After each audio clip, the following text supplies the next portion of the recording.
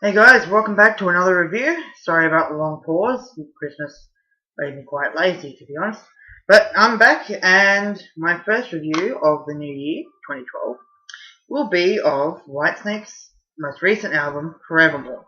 Here's the case, which you can see. It's nice and gold and, you know, yeah.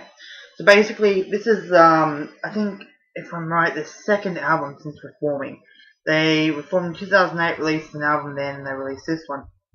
So, with this album, if you're expecting another, a album that's reminiscent of the 80s stuff, if you're expecting another Here I Go Again, on my own, like lead single, or if you're expecting another 1987, don't get your hopes up. However, that's not a bad thing. What you're going to get in this album is something that shows that David Coverdale is not only up to date with what's actually going on, but he's also willing to improve his sound, or his band's sound. There's extraordinary songwriting on here, and there's some really strong tracks. Tracks like Steal Your Heart Away, All Out of Luck. They'll just keep it going and going and going. Ballads like the title track, Forevermore, great.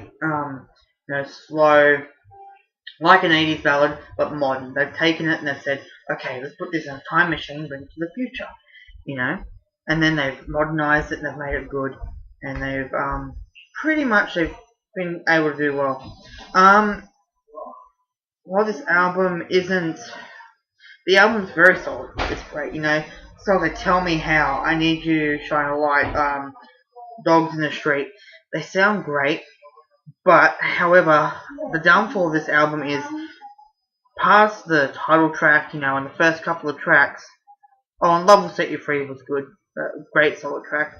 Past those, the problem is the album doesn't actually stand out.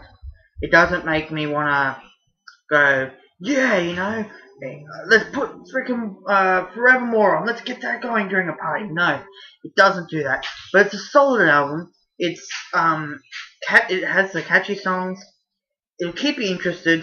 I mean, if you're a Whitesnake fan, it will fulfill what you need, give you your Whitesnake fix. But it's probably only your average album.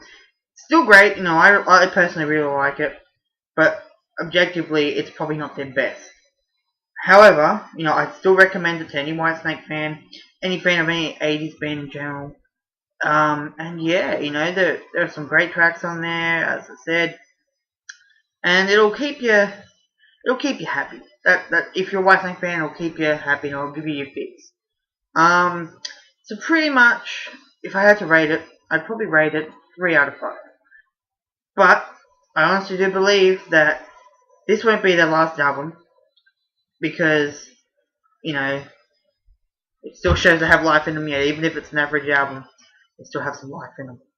Okay, well, that's all we have. That's the only album I have today.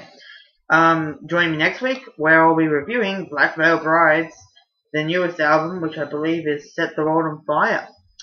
Alright, everyone. The metal symbol, yeah. Metal. Take care and see you next time. Subscribe and comment. Enjoy.